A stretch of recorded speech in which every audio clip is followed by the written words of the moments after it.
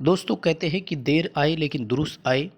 But मैं कहूँगा कि देर आए और दुरुस्त नहीं आए।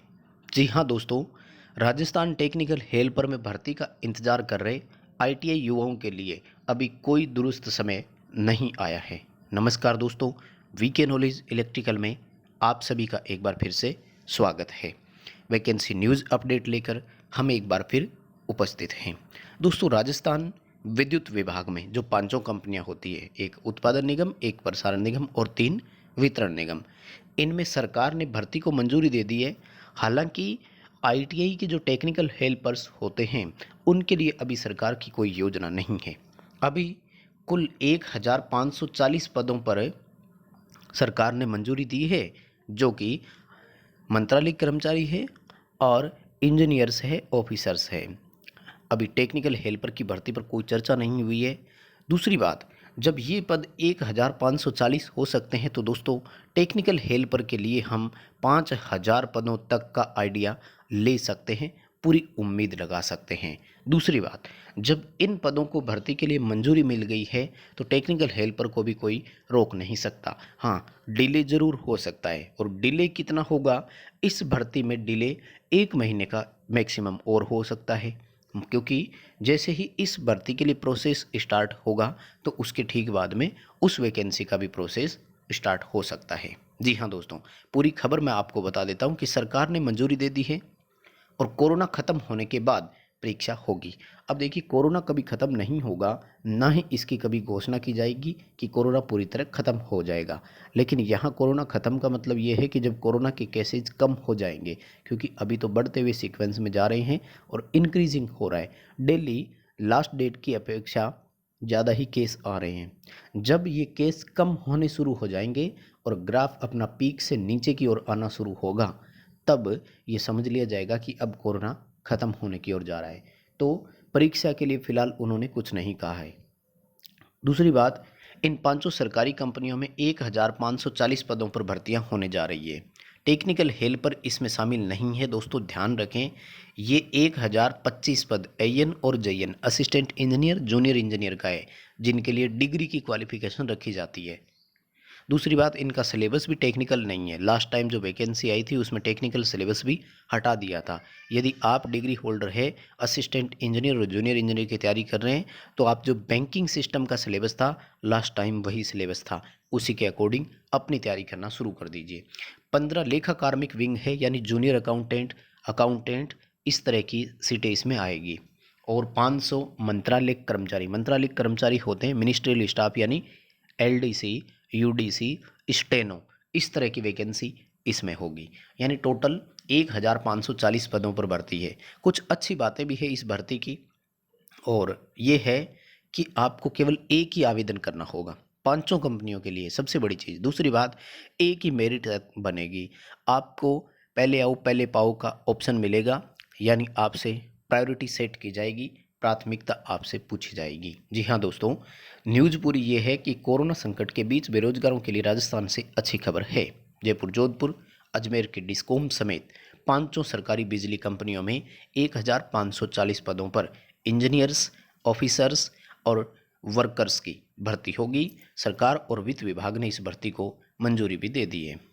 ऊर्जा मंत्री ने कोरोना के मामलों में कमी आने के बाद भर्ती की परीक्षा करवाई जाने की बात भी कही है। नेक्स्ट मंथ भर्ती का विज्ञापन भी जारी हो सकता है। पांचों कंपनियों में खाली पदों के आधार पर भर्ती के पद तय इन्होंने कर लिए हैं। फिलहाल टेक्निकल हेल्पर की भर्ती को टाल दिया है। जी हाँ दोस्तों, इसके लिए अभी और मेहनत करनी पड़ेगी। काफ़ी युवा लगे हुए हैं, बहुत मेहनत करते हैं, रोज़ ऊर्जा मंत्री जी को मांग पत्र सौंपते हैं, ट्वीट भी करते हैं। तो ये उन्हीं की मैं कहूँगा मेहनत है। हालांकि देखिए, अब इंजीनियर्स की जब वैकेंसी आ चुकी है तो वो स्टूडेंट अलग हो जाएंगे अपन से, डिग्री होल्डर, और बेरोजगारों के लिए यह है कि संख्या या मांग पत्र अब कम हो जाएगा, क्योंकि रोज़ पहले इंजीनियर्स अपनी देते थे और टेक्निकल हेल्पर अपनी। देखिए, इसीलिए हमेशा कहते थे कि ऊर्जा विभाग में भर्ती के लिए लिखो, ऊर्जा विभाग में जेईएन्स की भर्ती निकालो, ऊर्जा विभाग में टेक्निकल हेल्पर की भर्ती निकालो, ऐसे अलग अलग डिमांड नहीं करनी चाहिए थी। अब टेक्निकल हेल्पर की भर्ती को जब टाल दिया तो दोस्तों मुश्किल हो जाएगा भर्ती को निकालना, क्योंकि जब, हाँ हालांकि, क्योंकि भर्ती के लिए इनको वही मेहनत करनी पड़ती है, इसलिए ये चाहते हैं कि वैकेंसी सब एक साथ हो। लेकिन अभी टाल देने का मतलब ये है कि ये हो सकता है साल भर के लिए भी डिले कर दे, क्योंकि अगर होना है तो वैकेंसी साथ में ही होगी, नहीं तो समस्या हो जाती है, बाद में वैकेंसी नहीं करते हैं।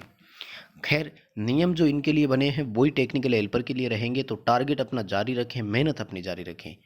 यदि आप आईटीआई होल्डर है तो अपनी मेहनत कंटिन्यू करते रहें, क्योंकि भर्ती का कोई भरोसा नहीं है, कभी भी ये सरकार मंजूरी दे सकती है, इसलिए आप कंटिन्यू पढ़ें। देखिए वैकेंसी में क्या होने जा रहा है। सबसे पहली बात, पांचों सरकारी कंपनियों में भर्ती के लिए केवल एक ही आवेदन करना होगा।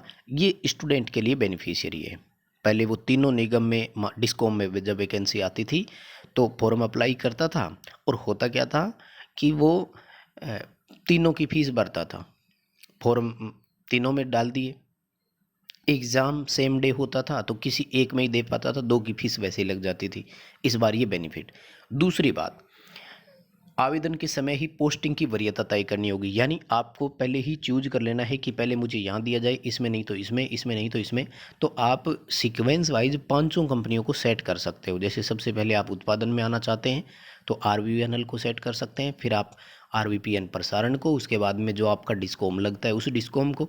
यानी चांसेज है कि सिलेक्शन के ज़्यादा चांसेज होते हैं ऐसी सिचुएशन में। सबसे अच्छी बात ये है ना कि 1025, जैसे मान लीजिए इसमें से 800 जयन होते हैं और 225 आईएन की वैकेंसी, तो आपको टॉप 800 में आना है, सिलेक्शन के लिए पूरे चांसेज होते हैं। उसके बाद में चयन के बाद काउंसलिंग में उनकी मेरिट और वरीयता के आधार पर संबंधित बिजली कंपनियों में पोस्टिंग दे दी जाएगी, और इस प्रक्रिया में वेटिंग लिस्ट नहीं आएगी। देखो ये एक गड़बड़ है, फर्स्ट टाइम में जितने कैंडिडेट सेलेक्ट हो जाएंगे बस उतने ही होंगे, कभी वेटिंग लिस्ट नहीं आएगी। यानी आप यदि फर्स्ट लिस्ट में नहीं आते हैं तो आपको दोबारा कोई मौका नहीं मिलेगा, फिर से नई भर्ती का इंतज़ार करना होगा, फिर से कंपटीशन फाइट करना होगा। नई भर्ती कब आती है इसका कोई भरोसा नहीं। साथियों, मेहनत कर लो, ये मौका अभी नहीं तो कभी नहीं वाला है।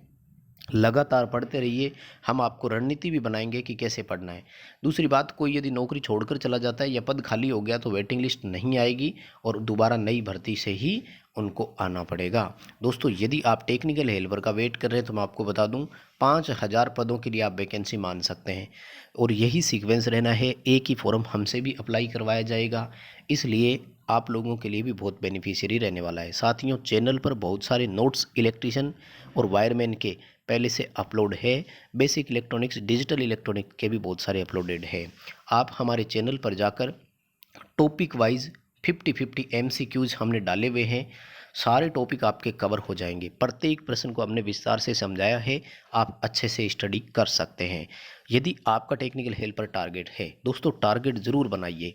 देखिए, दुख इस बात का नहीं होता कि हम गोल अचीव नहीं कर पाए, दोस्तों दुख इस बात का होता है कि हम गोल सेट ही नहीं कर पाए।